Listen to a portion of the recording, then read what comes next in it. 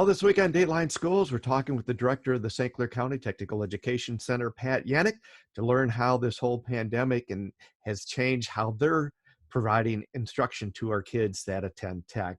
And Pat, yesterday we ended the program talking about the state certification that many of your kids have the opportunity of earning. How many programs at Tech have some kind of a certification program? So all of them have some level of industry or state licensing, state certification. But it does vary quite a bit by program. Probably the one that has the most requirements would be cosmetology. Most of our students are able to do 900 hours of training in 2 years. The state requires 1,500 hours for cosmetology, with a lot of time spent performing their skills as well as passing tests.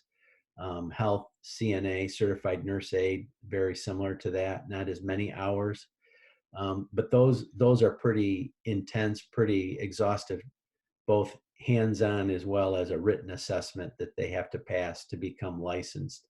Then you can get into things like automotive and collision repair, where we do have state certification for those areas.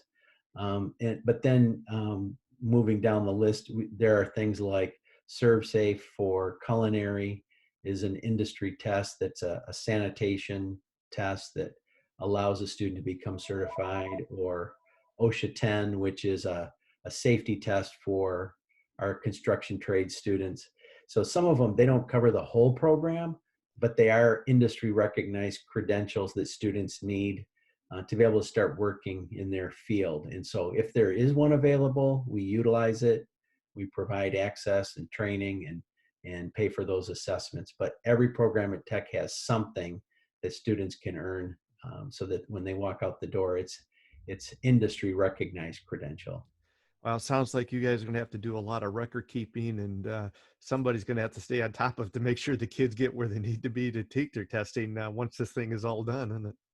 Well, and fortunately for us, Bill Saunders, our Assistant Director of Instruction, has an IT background. And so we've got some of the best resources available out there for keeping track of student progress on an individual basis. And the teachers, some of them are having to connect some dots there to make sure that they've got everything in place. But the resources are there so that you can keep track of each student, and the students will know where their progress is and what they have to finish up when they come back in the hands-on part. But yeah, we're in pretty good shape that way. Great. We'll be back with more tomorrow. For Dateline Schools, I'm Terry.